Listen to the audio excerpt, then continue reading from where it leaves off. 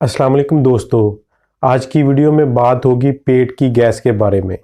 सबसे पहले हम जान लेते हैं कि गैस आखिर पेट में बनती कैसे है।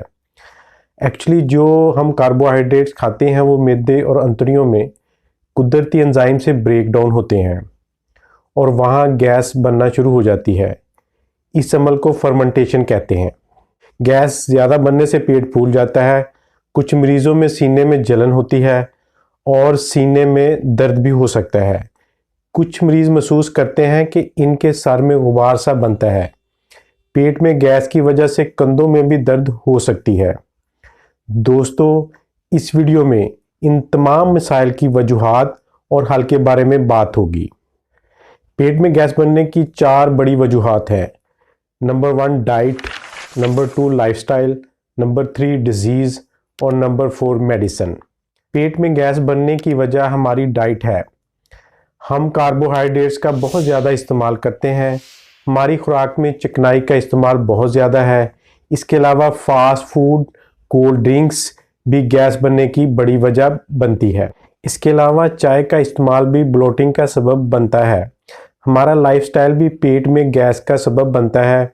गैस से बचने के लिए एक्टिव लाइफ गुजारनी चाहिए। अगर आपका काम एक जगह बैठने का है और आप अपनी लाइफ में लेज़ी हैं तो ये अमल भी गैस का सबब बन सकती है। इसके अलावा सिगरेट नोशी, पान वगैरह का इस्तेमाल बहुत ज़्यादा गैस का प्रॉब्लम बनाता है। दोस्तों, बहुत सारी बीमारियों की वजह से भी गैस हो सकती है, जिनमें IBS, जिगर की बीमारियां, लीवर सिरोसिस वगैरह शामिल है। इसके अलावा अंतड़ियों की मुख्तलिफ बीमारियां गैस का सबब बनती हैं। कुछ मेडिसिन के मुसलसल इस्तेमाल से भी गैस बनना शुरू हो जाती है। मसलन बाज़ बीमारियों में पेन किलर्स का मुसलसल इस्तेमाल करना पड़ता है। पेन किलर ज़्यादा इस्तेमाल से ब्लोटिंग यानी गैस का मसला बन जाता है। इसके अलावा आर्थराइटिस के मरीज़ों में स्टीरॉयड के इस्तेमाल से भी गैस का प्रॉब्लम होता है। गैस की प्रॉब्लम को कैसे मैनेज किया जाए दोस्तों, इसके लिए हमें सबसे पहले अपनी डाइट को तब्दील करना होगा। ज़्यादा कार्बोहाइड्रेट्स वाली डाइट को कम लें। कोल्ड ड्रिंक्स, फास्ट फूड और फैटी डाइट से परहेज़ करें। इसके अलावा हमें एक्टिव लाइफस्टाइल अपनाना होगा। डेली एक्सरसाइज करना होगी। पानी का इस्तेमाल बढ़ाना होगा। अगर IBS जैसी कोई बीमारी है तो इसका ट्रीटमेंट करवाना होगा।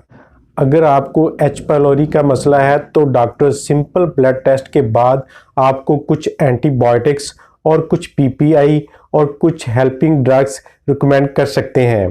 डॉक्टर्स के पास मेडिसिन ऑप्शन बहुत सारे हैं। गैस को कवर करने के लिए मुख्तलिफ किस्म के एंजाइम्स और प्रोबायोटिक रिकमेंड किए जा सकते हैं।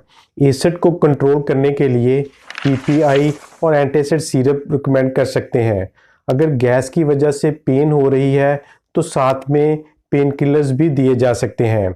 दोस्तों, मैं उम्मीद करता हूं कि आज की वीडियो आपके लिए हेल्पफुल होगी। वीडियो को लाइक और शेयर करना मत भूलिएगा। इसके अलावा मेरे चैनल को सब्सक्राइब कीजिएगा। मिलते हैं अगली वीडियो में। अल्लाह हाफ़िज़।